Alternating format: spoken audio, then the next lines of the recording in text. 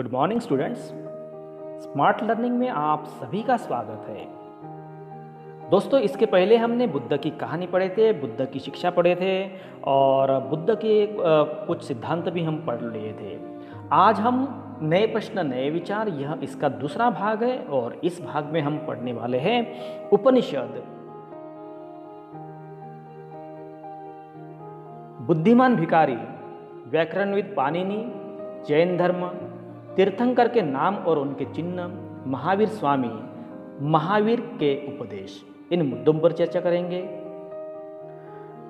दोस्तों, हम यहां देख रहे हैं कि उपनिषद जिस समय बुद्ध उपदेश दे रहे थे उसी समय या उससे भी थोड़ा पहले दूसरे अन्य चिंतक भी कठिन प्रश्नों के उत्तर ढूंढने का प्रयास कर रहे थे। और वो प्रश्न थे, मृत्यु के बाद जीवन का क्या होता है, यज्ञों की उपयोगिता क्या है। और चिंतकों का मानना था कि इस विश्व में कुछ तो ऐसा है जो कि मृत्यु के बाद भी बचा रहता है। उन्होंने इसका वर्णन आत्मा तथा ब्रह्म अथवा सार्वभौम आत्मा के रूप में किया है और वे मानते थे कि अंततः आत्मा तथा ब्रह्म एक ही है। और इस प्रकार से लोगों के मन में जब प्रश्न निर्माण होने लगे तो उसके सवाल जवाब करने लगे और उसके अनुसार वो सोचने भी लगे थे। दोस्तों, हम यहां देख रहे हैं कि उपनिषद ऐसे कई विचारों का यह संकलन है जो उपनिषद में हुआ है।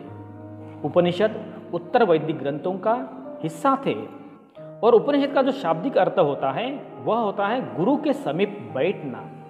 और इन ग्रंथों में जो गुरु के समीप बैठना, जैसे उसका शाब्दिक अर्थ हो गया। और इन ग्रंथों में अध्यापकों और विद्यार्थियों के बीच में जो वार्तालाप हुआ या बातचीत हुई है या कन्वर्सेशन हुआ है वह यहाँ संकलन किया गया है।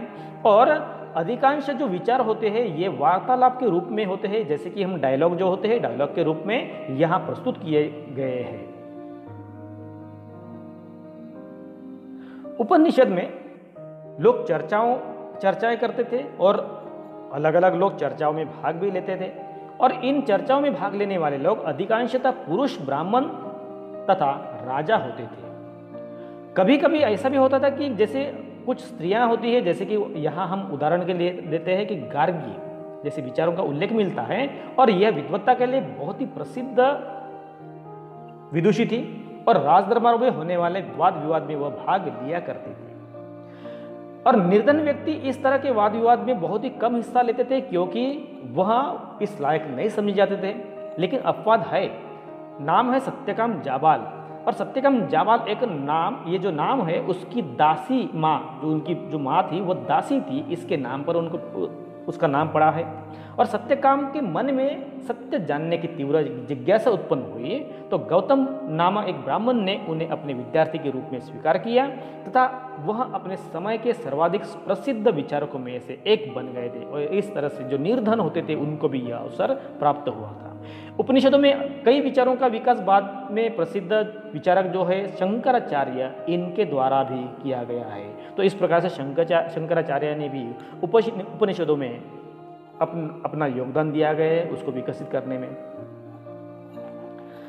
हम यहाँ देख रहे हैं कि बुद्धिमान भिखारी, तो हमने यहाँ देखे थे कि लोग मृत्यु के बाद क्या होता है, जीवन और आत्मा क्या होता है, ये हमने इसके पहले के स्लाइड में देख लिए हैं। और इसी प्रकार के वार्तालाप जो होते हैं वो उपनिषद में होते हैं। और ये वार्तालाप छांदोग्य उपनिषद नामक प्रसिद्ध उपनिषद की एक कहानी पर आधारित है, क्योंकि उपनिषद का एक छांदोग्य उपनिषद एक प्रकार होता है और इस छांदोग्य उपनिषद से ये कहानी ली गई है। जिस समय शौनक और अभिप्रतारण नामक दो ऋषि सार्वभौम आत्मा की उपासना करते थे। सार्वभौम मतलब क्या, जो यूनिवर्सल होता है, जो सभी जगह पाया जाता है, इस आत्मा की वो उपासना करते थे, उसके वो पुजारी थे, उसके वो भक्त थे। एक बार जब वो भोजन के लिए बैठे तो उस वक्त उनके पास एक भिखारी आया और उनसे भिक्षा में भोजन मांगने लगा। शौनक ने कहा कि हम तुम्हें कुछ नहीं दे सकते हैं। भिखारी ने पूछा, विद्वजन आप किसकी उपासना करते हैं? अभिप्रतारण ने उत्तर दिया कि हम सार्वभौम आत्मा की उपासना करते हैं। तो भिखारी ने कहा, ओह, इसका मतलब आप यह जानते हैं कि यह सर्वम आत्मा संपूर्ण विश्व में, तो यह सर्वम आत्मा संपूर्ण विश्व में विद्यमान है। ऋषि ने कहा, हाँ हाँ, हम यह जानते हैं। भिखारी ने फिर पूछा, अगर यह सर्वम आत्मा संपूर्ण विश्व में विद्यमान है तो यह मेरे अंदर भी विद्यमान है। मैं कौन हूँ? मैं इस विश्व का एक भाग ही तो हूँ। तब युवा ब्राह्मण कहते हैं, तुम सत्य बोलते हो युवा ब्राह्मण, इसीलिए हे ऋषियों, मुझे भोजन न देकर आप इस सार्वभौम आत्मा को भोजन देने से मना कर रहे हैं। तो इस प्रकार से बुद्धिमान भिखारी भी उन ऋषियों को बताते हैं कि सार्वभौम आत्मा जो होती है वो सभी जगह सर्वत्र विद्यमान होती है और इसीलिए हम किसी भी आत्मा को दुखा नहीं सकते। व्याकरणविद पाणिनि ये कौन थे, ये भी हम देख रहे हैं कि इस युग में कुछ अन्य विद्वान भी थे जिन्होंने प्राचीन साहित्यों में योगदान दिया था। कुछ अन्य विद्वान भी खोज कर रहे थे और इन्हीं प्रसिद्ध विद्वानों में एक पाणिनि ने संस्कृत भाषा में व्याकरण की रचना की। पाणिनि, इन्होंने संस्कृत भाषा में व्याकरण की रचना की और उन्होंने स्वरों तथा व्यंजनों को एक विशेष क्रम में रखकर उनके आधार पर सूत्रों की रचना की थी और ये सूत्र बीजगणित के सूत्रों से काफ़ी मिलते जुलते हैं और इसका प्रयोग कर उन्होंने संस्कृत भाषा के प्रयोगों के नियम लघु सूत्रों जो लगभग 3000 के आसपास है कि इसके रूप में उन्होंने लिखे थे। तो ये हो गए व्याकरणविद पाणिनि जो संस्कृत व्याकरण के बारे में उन्होंने रचना की है। अभी हम देख रहे हैं कि जैन धर्म का परिचय करने जा रहे हैं। इसी युग में अर्थात 2500 वर्ष पूर्व जैन धर्म के 24वें तीर्थंकर अंतिम तीर्थंकर वर्धमान महावीर ने भी अपने विचारों का प्रसार करना शुरू कर दिया था। वह वज्जी संघ के लिच्छवी कुल के एक क्षत्रिय राजकुमार थे। इसके पहले हमने 16 महाजन पदों की जो बात की थी, इसमें ये वज्जी संघ भी सम्मिलित था। जब वो 30 वर्ष की आयु के थे तो उन्होंने अपने घर छोड़ दिया और जंगलों में रहने लगे। 12 वर्ष तक उन्होंने कठिन व एकाकी जीवन व्यतीत किया और उसके बाद उनको ज्ञान प्राप्त हो गया और इस प्रकार से उनको ज्ञानी होने की वजह से उनको मतलब जीन कहने लगे और जीन शब्द से ही जैन शब्द का निर्माण हुआ है और जैन यह धर्म बन गया। जैन धर्म के जो 24 तीर्थंकर हो गए हैं तो इसकी हम बात कर रहे हैं कि जैन धर्म और बौद्ध धर्म में बड़ी समानता नजर आती है, किंतु अब यह साबित हो चुका है कि बौद्ध धर्म की तुलना में जैन धर्म अधिक प्राचीन है और जैनों का मानना है कि हमारे 24 तीर्थंकर हो चुके हैं जिनके द्वारा जैन धर्म की उत्पत्ति और विकास हो गया है। और क्या आपको पता है कि जैन धर्म के 23वें तीर्थंकर का नाम क्या है? यदि आप परीक्षा की तैयारी अच्छे से कर रहे हैं तो आपको इसका जवाब भी मालूम होना चाहिए। उसका नाम है पार्श्वनाथ और पार्श्वनाथ ये 23वें तीर्थंकर थे और 24वें थे वर्धमान महावीर। और उनका जन्म ईस्वीसन पूर्व 8वीं शताब्दी में हुआ था पार्श्वनाथ का। और पार्श्वनाथ एक क्षत्रिय थे और उनके मुख्य सिद्धांत थे सदैव सच बोलना, अहिंसा, चोरी न करना और धन का त्याग कर देना। यह पार्श्वनाथ की शिक्षा थी, उनके सिद्धांत थे।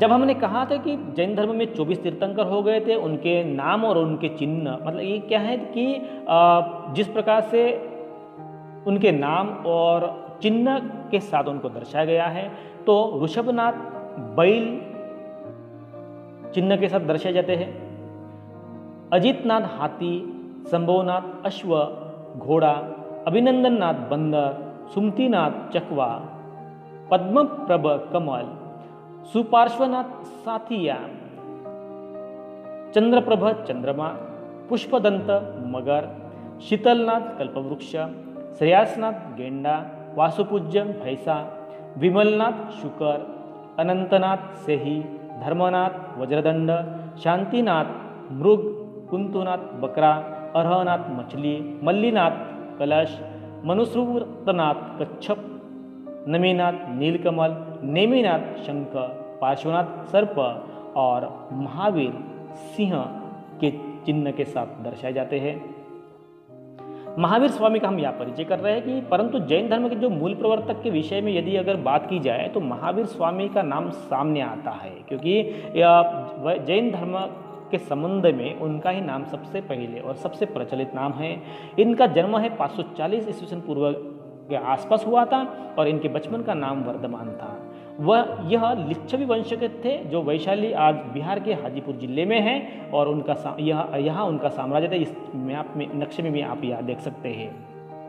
गौतम बुद्ध की तरह राजकुमार वर्धमान ने राजपाट छोड़ दिया और 30 वर्ष की अवस्था में ही वो कई दूर जाकर, मतलब 12 वर्ष की कठोर तपस्या जंगलों में की थी उन्होंने। और इस पूरी अवधि के दौरान वे अहिंसा के पथ से भटके नहीं और खान पान में भी बहुत संयम से उन्होंने काम लिया।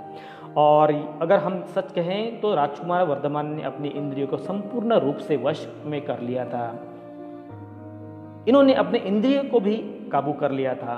12 वर्ष की कठोर तपस्या के बाद 13वें वर्ष में उनको महावीर और जीन, जिसको हम विजय के नाम से जाने जाने लगे, उन्हें परम ज्ञान की प्राप्ति हुई थी और इस प्रकार से वह जीन मतलब इंद्रियों पर उन्होंने नियंत्रण कर लिया था। महावीर स्वामी जैन परंपरा के 24वें तीर्थंकर कहलाए जाते हैं।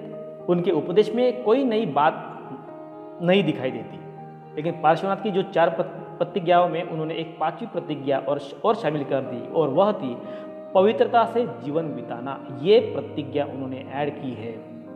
उनके शिष्य नग्न घूमते थे और इसलिए वे निर्ग्रंथ कहलाए।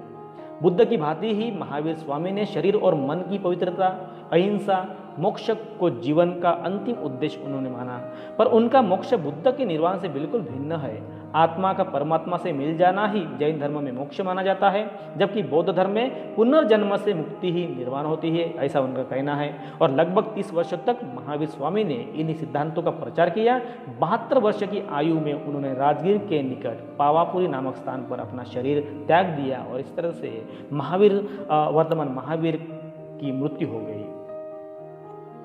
महावीर के उपदेश की हम बात करें तो महावीर कहते थे कि जो भी जैन निर्वाण को प्राप्त करना चाहता है उसको स्वयं के आचरण, ज्ञान और विश्वास को शुद्ध करना चाहिए और 5 प्रतिज्ञाओं का वही पालन करना चाहिए।